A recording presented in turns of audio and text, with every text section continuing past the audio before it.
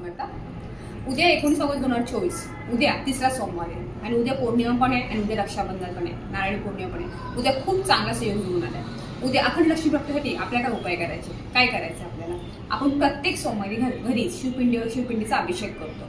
उद्या काय करायचं, शिवपिंडीचा आपण अभिषेक करणार, तसं नेहमीसारखा अभिषेक करायचा आहे आणि आपल्याला 108 बेलपत्र व्हायचे. 108 बेलपत्र वाहताना तुम्हाला श्री शिव अष्टोत्तर नामावली हा मंत्र म्हणून तुम्हाला व्हायचं. म्हणजे ती तुम्हाला नित्यसेवेच्या पुस्तकात भेटेल, नसेल तुम्हाला युट्यूबलाही भेटेल.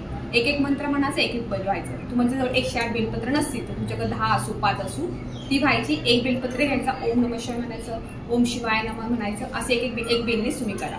नंतर ती तुमचा अभिषेक वगैरे झाला, ती सर्व बेल घ्यायचे. त्यातले तुमचे एक बेल तुम्ही तुमच्या तिजोरीत ठेवा, तुम्ही तुमच्या पर्समध्ये ठेवा, तुमच्या मिस्टरांच्या पर्समध्ये ठेवा, तुमची मुलं जॉबला असेल त्यांच्या पर्समध्ये ठेवला तरी चालेल. हा उपाय करा, अखंड लक्ष्मी राहते. हा उपाय करून खूप छान अनुभव येतो. तुम्ही हा उपाय नक्की करू. श्री स्वामी.